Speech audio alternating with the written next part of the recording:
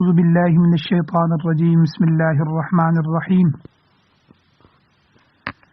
قل اے میرے نبی جی آپ کہہ دیجئے کفا باللہ کافی ہے اللہ تعالی بینی و بینکم میرے درمیان اور تمہارے درمیان شہیدن گواہ یعلم وہ اللہ تعالی جانتا ہے ما فی السماوات والارض جو کچھ بھی آسمانوں میں ہے اور زمین میں ہے والذین اور وہ لوگ آمنوا بالباطل جو باطل پر ایمان لائے باطل پر یقین رکھتے ہیں وکفروا باللہ اور انہوں نے اللہ تعالیٰ کا کفر کیا اللہ کا انکار کیا اولئک هم الخاسرون یہی وہ لوگ ہیں جو خسارے والے ہیں جو نقصان اٹھانے والے ہیں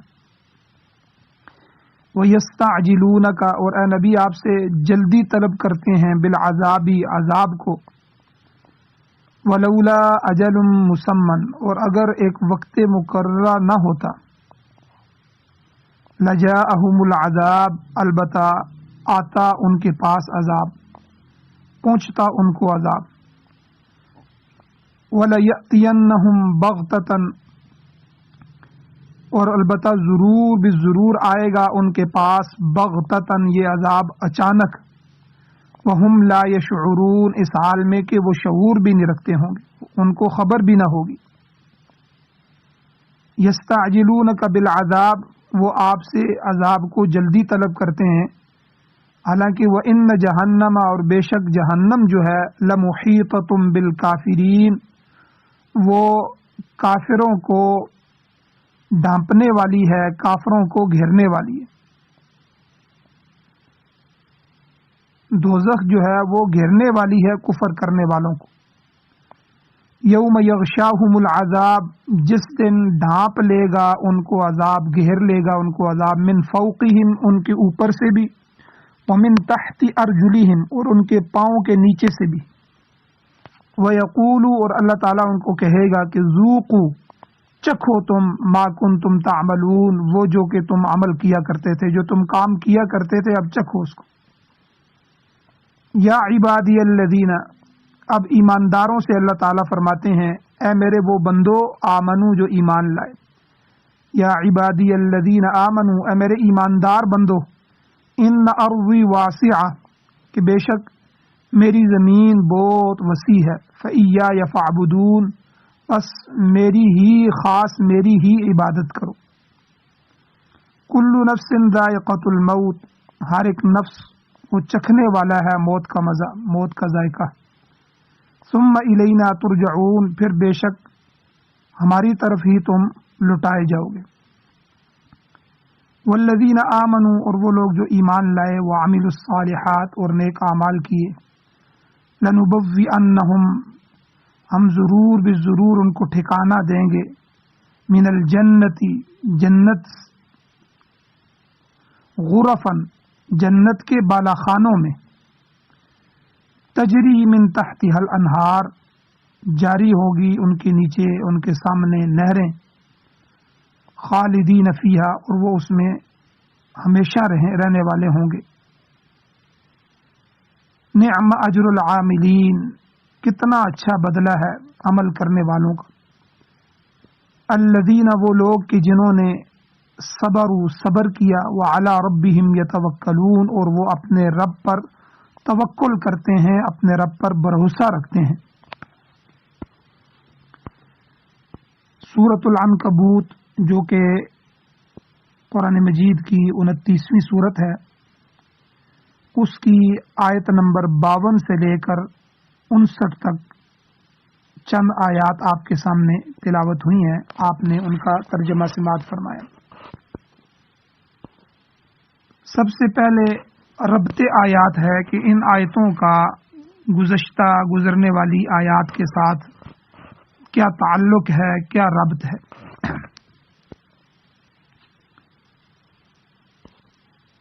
گزشتہ آیات میں اللہ تعالیٰ نے اہل کتاب اور مشرکین کا شکوہ کیا تھا یہود و نصارہ اور مشرکین مکہ اللہ نے ان کا شکوہ کیا تھا کہ جو ایمان لانے کی بجائے طرح طرح کی نشانیاں طلب کرتے تھے معجزات طلب کرتے تھے۔ اللہ تعالیٰ نے اپنے نبی صلی اللہ علیہ وسلم سے فرمایا کہ آپ صاف صاف کہہ دیں کہ میرا کام تو کھول کر ڈر سنانا ہے، نشانیاں پیش کرنا یہ میرے اختیار میں نہیں ہے، یہ تو اللہ تعالیٰ کی مشیت پر موقوف ہے کہ وہ جب چاہے کوئی نشانی ظاہر کر دیتا ہے۔ اور ساتھ ہی اللہ تعالیٰ نے فرمایا کہ اس سے بڑی نشانی اور معجزہ کیا ہوگا کہ ایک امی آدمی جو پڑھے لکھے نہیں ہیں، اس ایک امی آدمی کی زبان سے ایسی عظیم الشان کتاب پڑھی جا رہی ہے، اور وہ ایسی بلند کتاب پڑھ کر سناتا ہے جس نے نہ کبھی کوئی کتاب پڑھی ہے، نہ کبھی لکھنا سیکھا ہے، نہ کبھی پڑھنا سیکھا ہے۔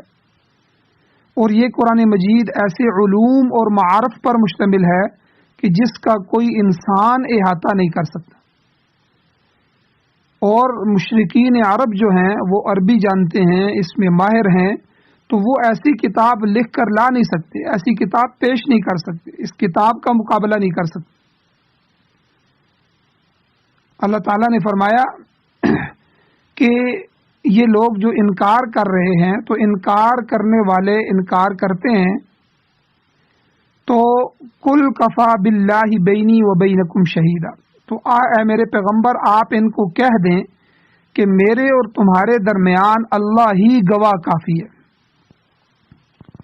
مطلب یہ ہے کہ اگر تمہیں میری رسالت پر شک ہے، میرے رسول ہونے پر شک ہے، میری وحی پر شک ہے، اور طرح طرح کی نشانیاں طلب کرتے ہو، اور میری تصدیق کرنے کی بجائے تم تکذیب کرتے ہو، تو میں اسے اللہ تعالی کی گواہی پر چھوڑتا ہوں۔ کیونکہ یعلم ما فی السماوات والارض، آسمان اور زمین کی جتنی بھی چیزیں ہیں، تمام چیزوں کو وہ اللہ خوب جانتا ہے۔ وہ اللہ میری رسالت سے بھی واقف ہے، اسے پتہ ہے کہ اس نے مجھے رسول بنا کر بھیجا ہے، اور وہ اللہ تمہاری مخالفت، تمہاری ضد، تمہاری ہٹ درمی اور تکبر سے بھی واقف ہے۔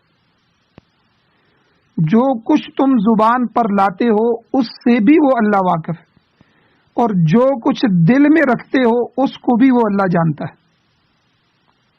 لہذا میں اپنے اور تمہارے درمیان فیصلے کے لیے اللہ تعالیٰ کو گواہ بناتا ہوں۔ قل کفا باللہ بینی و بینکم شہیدا، میرے درمیان اور تمہارے درمیان کافی ہے اللہ تعالیٰ گواہ۔ تو اس لیے میں اپنے اور تمہارے درمیان فیصلے کے لیے اپنے رب کو گواہ بناتا ہوں، وہ جو بھی فیصلہ کرے مجھے منظور ہے، اور تم بھی اس کو قبول کر لو۔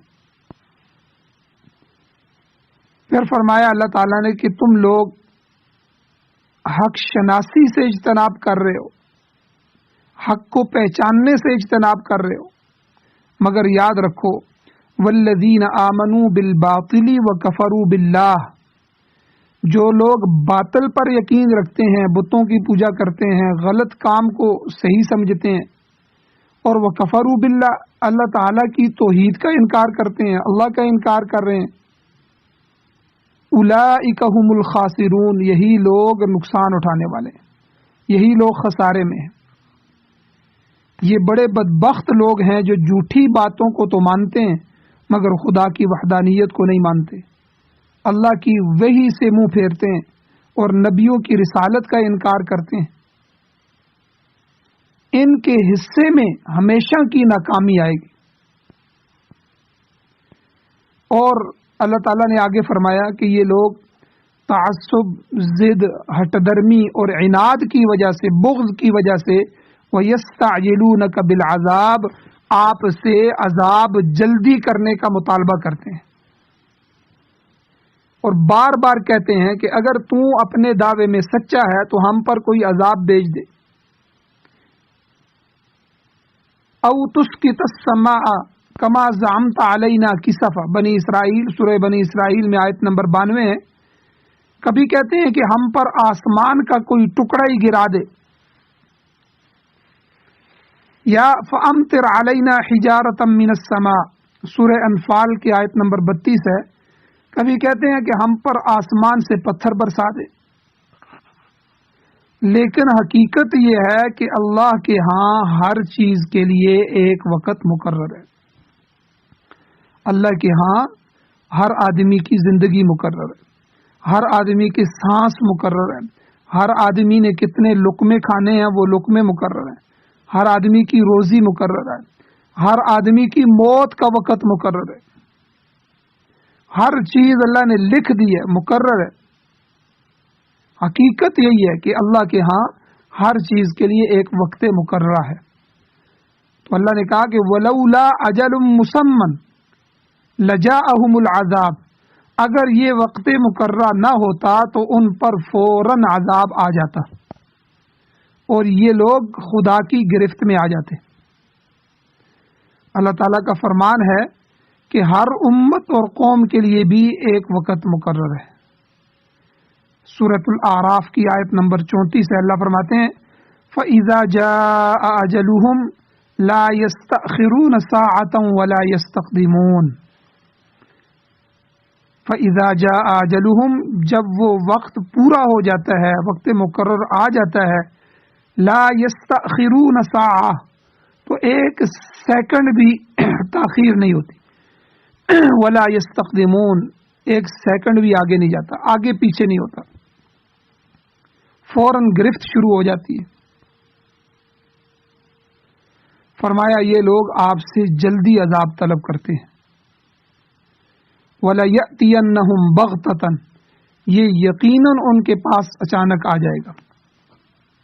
وَهُمْ لَا يَشْعُرُونَ، اور انہیں شعور بھی نہیں ہوگا، انہیں پتہ بھی نہیں ہوگا. اسی طرح جس طرح موت آتی ہے، موت بھی اچانک آ جاتی ہے، کسی کے وہم و گمان میں بھی نہیں ہوتا کہ میں ابھی مر رہا ہوں، یہاں سے میں نکل رہا ہوں، آگے میرا حادثہ ہو جائے گا، آگے میری موت انتظار کر رہی ہے. آج میں صبح تو نکل رہا ہوں، شاید میں آج کی شام نہ دیکھ سکوں، آج میں شام کر رہا ہوں، شاید میں رات کو اٹھ ہی نہ سکوں. کسی کو کوئی پتہ نہیں، موت اچانک آتی ہے. تو کسی کے وہم و گمان میں بھی نہیں ہوتا، مگر انسان موت سے ہمکنار ہو جاتا ہے.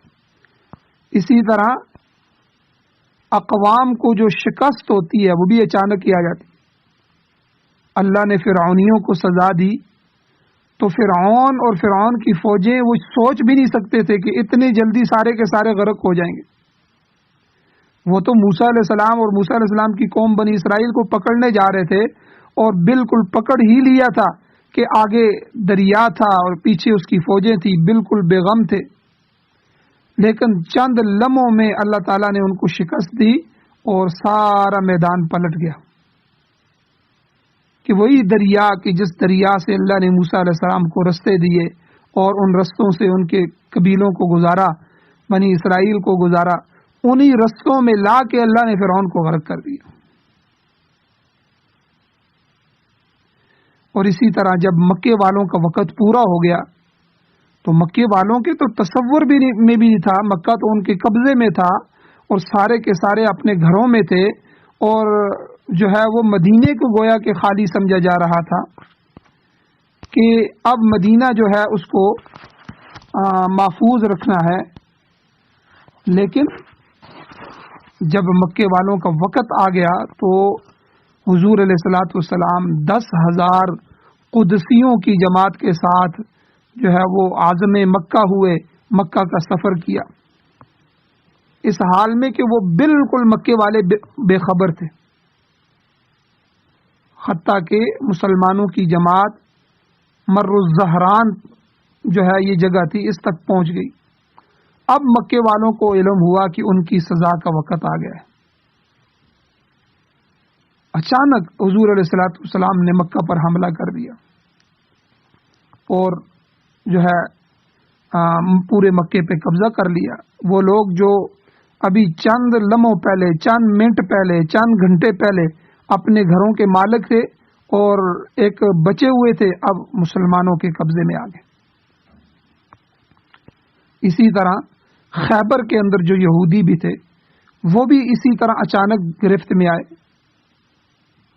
صبح سویرے حسب معمول اپنے ٹوکرے اپنے بیلچے وغیرہ لے کر اپنے کھیتوں کی طرف کام پر جا رہے تھے کہ اچانک خدائی لشکر ان کے سروں پر پہنچ گیا. حضور علیہ الصلوۃ والسلام نے خاموشی کے ساتھ حملہ کیا. تو بہرحال مطلب یہ ہے کہ موت کا اور سزا کا ایک وقت مقرر ہے. جب وہ آ جاتا ہے تو پھر ڈیل نہیں ملتی اور کام تمام ہو جاتا ہے. فرمایا یہ لوگ عذاب مانگتے ہیں مگر وہ اپنے وقت پر اچانک آئے گا، بغتتاً اچانک آئے گا. پھر دوبارہ اللہ نے فرمایا استعجلونک بالعذاب کہ یہ لوگ آپ سے جلدی عذاب کو طلب کرتے ہیں. انہیں جان لینا چاہیے کہ وہ عذاب آ کر رہے گا. وَإِنَّ جَهَنَّمَ لَمُحِيطَةٌ بِالْكَافِرِينَ اور بے شک جہنم کافروں کو گھیرنے والی ہے. بس مرنے کی دیر ہے، فوراً جہنم میں پہنچ جائیں گے. اور اس دن ان کی حالت یہ ہوگی یوم یغشاہم العذاب، جس دن من فوقہم او من تحت ارجلہم کہ ان کے اوپر سے بھی اور پاؤں کے نیچے سے بھی ان کو اللہ کا عذاب ڈھانپ لے گا. ہر طرف آگ کے شعلے بھڑک رہے ہوں گے. جس طرح یہ آج یہ لوگ کفر کے اندر، شرک کے اندر اور گناہوں اور معاصی کے اندر ڈوبے ہوئے ہیں، اور جس طرح آج یہ ایمان اور توحید سے دور ہے، اسی طرح عذاب بھی ان کو ہر طرف سے گھیرے گا. اور اللہ تعالیٰ کا ارشاد ہوگا اس وقت وَيَقُولُ ذُوقُوا مَا كُنتُمْ تَعْمَلُونَ، اب اپنے اعمال کا مزہ چکھو، اب ان عملوں کا مزہ چکھو جو تم کرتے تھے.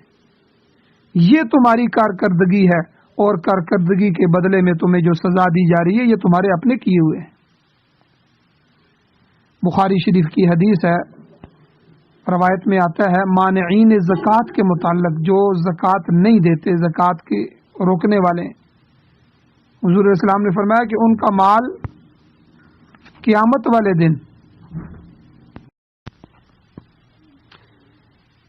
والے دن سانپ بن کر ان کے گلے میں لٹک جائے گا اور انہیں کاٹے گا، اور اللہ تعالیٰ اس کو زبان دیں گے اور بول کر کہے گا انا کنزک انا مالک، میں تیرا خزانہ ہوں، میں تیرا مال ہوں جسے تو سنبھال کر رکھتا تھا اور اس میں سے اللہ اور بندوں کے حقوق ادا نہیں کرتا تھا. اور وہ شخص چیخے گا، چلائے گا، مگر اب اس کا کچھ فائدہ نہیں ہوگا. دوسری طرف ایمان والے ہیں، ایمان والوں کو تسلی بھی دی جا رہی ہے. ارشاد ہوتا ہے یا عبادی الذین آمنوا، اے میرے ایماندار بندو، اے مجھ پر ایمان لانے والو، اے مجھے ماننے والو، ان ارضی واسعۃ، ہجرت کا حکم کہ بے شک میری زمین کشادہ ہے، میری زمین وسعت والی ہے. فإیایا فاعبدون، لہذا خالص میری ہی عبادت کرو. کیا مطلب کہ اگر تمہیں کفار مکے کی سرزمین میں رہنے نہیں دیتے تو یہاں سے ہجرت کر جاؤ. دین میں ہجرت کا بھی بہت بڑا مقام ہے. ساری زمین اللہ کی ہے. اگر کسی علاقے کے لوگ اللہ کی عبادت میں رکاوٹ بنتے ہیں تو اس سرزمین کو چھوڑ کر دوسری جگہ چلے جاؤ جہاں تم آزادی کے ساتھ اپنے پروردگار کے سامنے سر بسجود ہو سکو. دین اور آخرت کی خاطر وطن کو چھوڑنا ضروری ہو جاتا ہے. اور حقیقت یہ ہے کہ ترک وطن جو ہے، وطن کو چھوڑنے کا جو معاملہ ہے، یہ بڑا مشکل مرحلہ ہے. لوگوں کو اپنے وطن کے ساتھ انس ہوتا ہے، وطن کے ساتھ محبت ہوتی ہے. ان کی زمین، ان کا مکان، ان کی دکانیں، ان کا کاروبار، ہر چیز وہاں ہوتا ہے اور ان سے ان کو پیار ہوتا ہے. انسان کی رشتہ داری وہاں ان کے وطن میں ہوتی ہے، برادری وہاں ہوتی ہے، دوست یار وہاں ہوتے ہیں. اور اپنے وطن کی جو آب و ہوا ہوتی ہے، پیدائش کے ساتھ ساتھ وہ چلتا ہے تو وہ اس کے لیے موافق ہوتی ہے. تو ان تمام چیزوں کو کہ اپنے وطن کو، اپنی زمین، مکان، دکان، کاروبار کو، اپنے رشتہ دار برادری کو، اپنے دوست یاروں کو خیر آباد کہہ کر دوسری جگہ چلے جانا جہاں یہ چیزیں فوری طور پر میسر ہوں، جہاں یہ چیزیں میسر نہیں آتی۔ اب آدمی دوسری جگہ جائے گا، وہاں یہ چیزیں نہیں ہوں گی، وہاں دوست یار برادری خاندان نہیں ہوگا، تو یہ ایک کٹھن مرحلہ ہوتا ہے۔ مکے کے مسلمان جب ہجرت کر کے مدینہ طیبہ پہنچے تو ان کو بھی مدینے کی آب و ہوا موافق نہیں آئی اور وہ بیمار ہونے لگے۔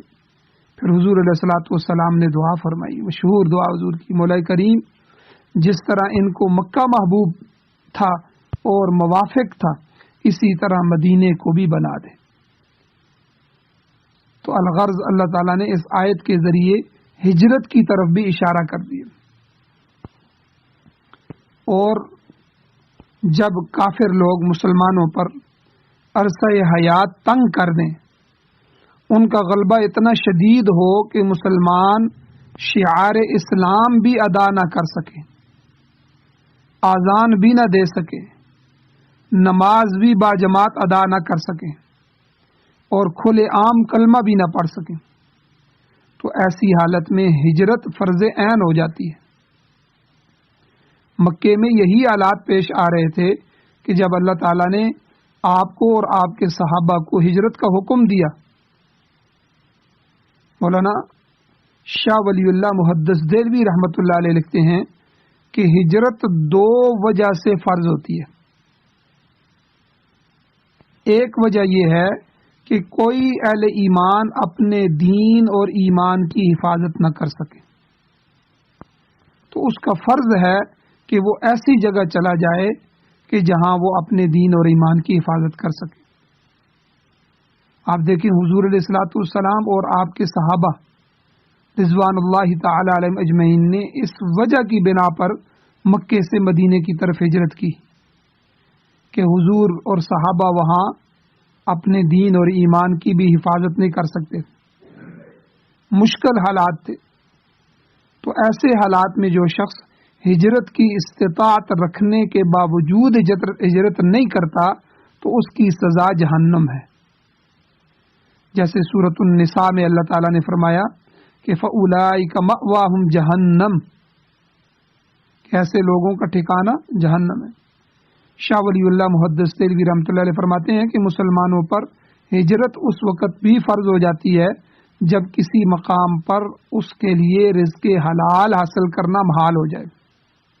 یہ دوسری وجہ کہ یا تو وہ رزق حلال وہاں نہ کما سکے، ساری طرف حرام ہی حرام ہے، یا وہ گناہ سے نہ بچ سکے، وہاں گناہ ہی گناہ ہے۔ تو ہجرت کی فرضیت کے یہ دو وجوہات ہیں، یہ دو مقامات۔ آگے فرمایا اللہ تعالیٰ نے کہ یاد رکھو کل نفس ذائقۃ الموت، کہ ہر ذی روح چیز کو، ہر نفس کو، ہر جان کو موت کا ذائقہ چکھنا ہے، ہر نیک و بد کو موت کا پیالہ پینا ہے۔ ثم الینا ترجعون، پھر تم سب ہماری ہی طرف لٹائے جاؤ گے۔ ہر ایک کو اللہ تعالیٰ کے دربار میں پیش ہو کر اپنے اپنے اعمال کی جوابدہی کرنا ہے۔ لہذا دنیا میں ایسا عمل اختیار کرو جو اللہ کے ہاں پسندیدہ ہو اور جس کی وجہ سے اللہ کی گرفت سے بچ جاؤ۔ دنیا میں ایمان اور توحید کے بعد نیک اعمال انجام دو، کفر، شرک اور معاصی سے بچ جاؤ، تو خدا کی نعمتوں سے ہمیشہ ہمیشہ کے لیے مستفید ہونے والے بن جاؤ گے۔ آگے اللہ تعالیٰ نے اہل ایمان کے لیے بعض انعامات کا ذکر کیا، فرمایا والذین آمنوا وعملوا الصالحات، اور وہ لوگ جو ایمان لائے اور جنہوں نے نیک اعمال کیے، اچھے اعمال انجام دیے۔ تو ایمان سے مراد صحیح عقیدہ توحید ہے، عقائد ہیں، جتنے بھی عقائد ہیں ان کا درست ہونا،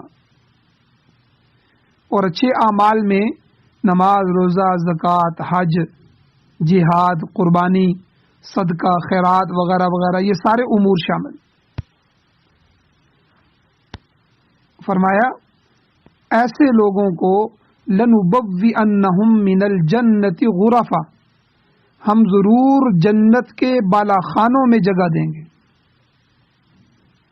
حدیث شریف میں بالا خانوں کی بڑی تعریف آئی ہے۔ حضور علیہ الصلوۃ والسلام نے فرمایا کہ جو جنت کے بالا خانے ہوں گے، جنت کے محلات ہوں گے، ان کی دیواریں ایسی شفاف ہوں گی کہ اندر کی چیز باہر سے اور باہر کی چیز اندر سے صاف نظر آئے گی۔ ایک دیہاتی آدمی نے حضور علیہ الصلوۃ والسلام کی خدمت میں عرض کیا کہ حضور یہ بالا خانے کن لوگوں کو ملیں گے؟ تو آپ علیہ الصلوۃ والسلام نے فرمایا کہ لمن آن الکلام و اتم الطعام، کہ یہ ان لوگوں کو میسر ہوں گے کہ جو محتاجوں کو کھانا کھلائیں گے اور نفلی روزے رکھیں گے، خوش اخلاقی سے کلام کریں گے، اور وصلی والناس نیام، ایسے وقت میں نماز پڑھیں گے جب لوگ سو رہے ہوں گے۔ دیکھیں کتنی بڑی خصوصیات اور صفات حضور نے مومن کو دے دی۔ محتاجوں کو کھانا کھلانا، آج کل ہم نے محتاجوں کو، ضرورت مندوں کو کھانا کھلانا چھوڑ دیا ہے۔ آج کل مہمان کو بھی کھانا نہیں کھلاتے، تو اطعمت طعام کہاں جائے گا؟ تو حضور علیہ الصلوۃ پہلے زمانے میں ہمارے جب بڑے ہوتے تھے، ہم نے دیکھا تھا کہ اپنے بچپن میں کہ مسافر مسجد میں آ کے رکتا تھا اور کوئی نہ کوئی اس کو اٹھا کے لے جاتا تھا، اپنے گھر میں کھانا کھلاتا۔ اگر رات کا معاملہ ہوتا تو اپنی بیٹھک میں رات کے لیے سلا دیتا۔ تو آج کل حالات بہت زیادہ خراب ہو گئے ہیں۔ چلو رات کا قیام اگر نہیں ہو سکتا تو وہ بندہ کھانا تو کھلائے مہمانوں کو، اجنبی مسافروں کو کھانا کھلائے، مدارس میں پڑھنے والے طلباء کو کھانا کھلائے، یتیموں کو جو آپ کے محلوں میں، آپ کے رشتہ دار برادری میں یتیم مسکین ہیں ان کو کھانا کھلائے، بیواؤں کا خیال رکھے کہ جو بیوہ ہو چکی ہے، جس کا خامن فوت ہو چکا ہے، اب اس کا روزی روٹی کا کمانے والا کوئی نہیں ہے، اب وہ کتنی محتاجگی میں زندگی گزار رہی ہے، اس کا خرچ اپنے ذمے لے لے، اس کو کھانا کھلائے، اس کے بچوں کو کھانا کھلائے۔ کتنے مصرف ہیں کھانے کے، لیکن آج مسلمان نے یہ مصرف چھوڑ دیا۔ پھر دوسرا مصرف بھی چھوڑ دیا، نفلی روزے رکھیں گے۔ حضور علیہ الصلوۃ والسلام سوموار اور جمعرات کا روزہ رکھتے تھے، اور اس کے علاوہ حضور علیہ الصلوۃ والسلام ایام بیض کے روزے رکھتے تھے، اسلامی مہینے کے 13، 14 اور 15 تاریخ کا روزہ، اور اس کے علاوہ بھی حضور کثرت سے روزے رکھتے تھے۔ تو آج امت نے نفلی روزہ رکھنا بھی چھوڑ دیا ہے۔ وصلی والناس نیام، اور اسی طرح ایسے وقت نماز پڑھنا جب لوگ سو رہے ہوں، یعنی تہجد کی نماز۔ تو اس لیے ارادہ کر لیں، مہینے میں 2-4 دفعہ ہی تہجد کی نماز پڑھ لیں۔ جب کبھی غلطی سے جاگ ہو جائے، نیند پوری ہو جائے اور اذان سے پہلے اٹھ جائیں تو آپ اٹھ کے اللہ کے سامنے کھڑے ہو جائیں اور تہجد کی نماز پڑھیں۔ تو تہجد کی نماز سارے اولیاء کے جو ہے وہ معمول میں رہی ہے۔ جتنی تیزی سے اللہ کا قرب تہجد کی نماز سے ہوتا ہے، اتنا کہ اور کسی نماز، نفلی نماز سے نہیں ہوتا۔